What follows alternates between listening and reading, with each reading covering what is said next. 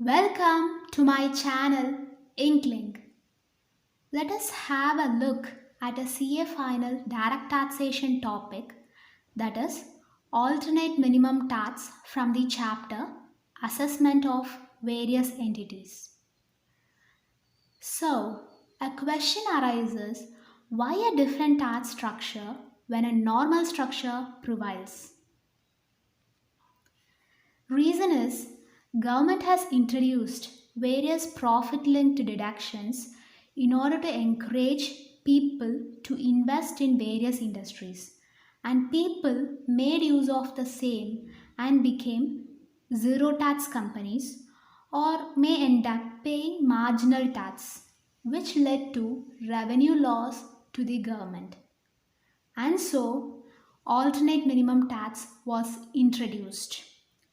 It ensures that taxpayers pay at least the minimum tax and also to collect tax from the zero tax companies. AMT rate is 18.5 percentage plus cess and surcharge, whereas it is 9 percentage if the unit is located in an international financial service center. Next, to whom all it is applicable? It is applicable to all assessees except companies. That is, it is applicable to non corporate assessees who have claimed deductions under Chapter 6A, Heading C, which means deduction in respect of certain incomes.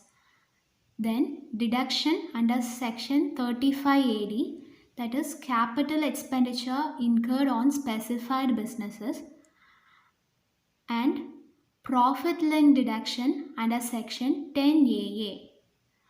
It is important to note that AMT provisions are applicable only when normal tax payable is lower than AMT in any financial year.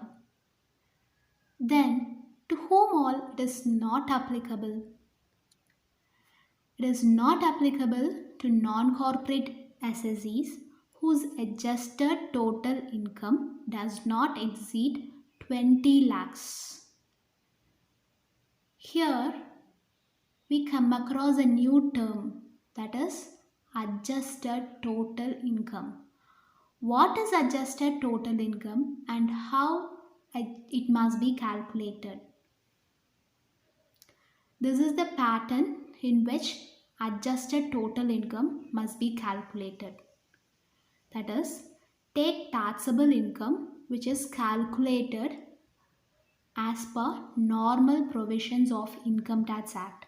That is, these three items would have been already deducted from total income while calculating taxable income as per normal provisions, and this must be added back in order to arrive at adjusted total income. 18.5 percentage must be calculated on this adjusted total income. So what must be paid as tax to the government finally?